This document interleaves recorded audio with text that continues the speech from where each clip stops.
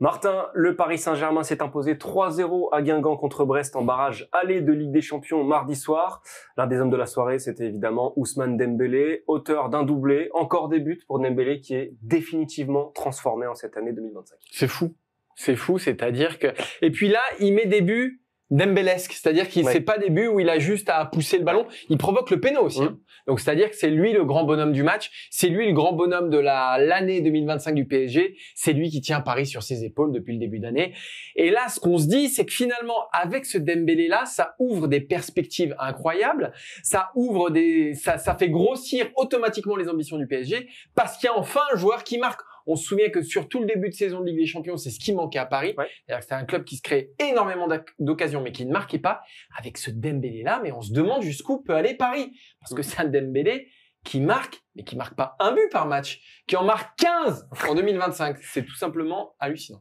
Ouais, autre stat qui est assez dingue quand même, c'est que c'est son 8e match de suite où il marque un but et il égale un record dans l'histoire du PSG quand même à ce niveau-là. C'est un record qui était co-détenu par Neymar, Bianchi, Mbappé, juste 2-3 noms comme ça assez sympathiques.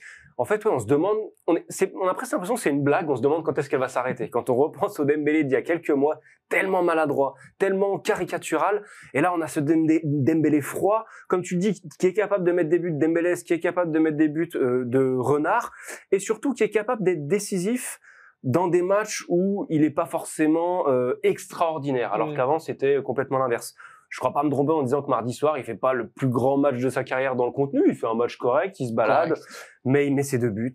Il est insatiable ces derniers temps, Dembélé, et c'est un visage qu'on lui a jamais connu. Et comme tu dis, ça change beaucoup de choses pour Paris, parce que quand vous ajoutez à une équipe qui commence à être de plus en plus rodée collectivement et plus impressionnante, tactiquement, collectivement, quand vous ajoutez à ça un buteur aussi froid, on se demande où est-ce qu'ils vont s'arrêter. Franchement, c'est un des plus grands retournements de situation de la saison. Le revirement de Dembélé, c'est peut-être un des trucs les plus inattendus, qui commence à marquer des buts, mais qui marque des doublés, des triplés tous les 3 jours. Moi, je me dis que potentiellement l'équipe de France a trouvé son avant-centre aussi. Mais en vérité, le débat qu'il y a au Real entre Vinicius, Mbappé, les placements, tout ça, on va avoir les mêmes en équipe de France bientôt. En vérité, ça va être moins, mais Kolo Muani, Marcus Thuram, là t'as un mec qui met 15 buts en 1 mois et demi. Et le successeur de Giroud, c'est Dembélé, c'est tout. Dembélé avec Mbappé sur sa gauche. Tranquille.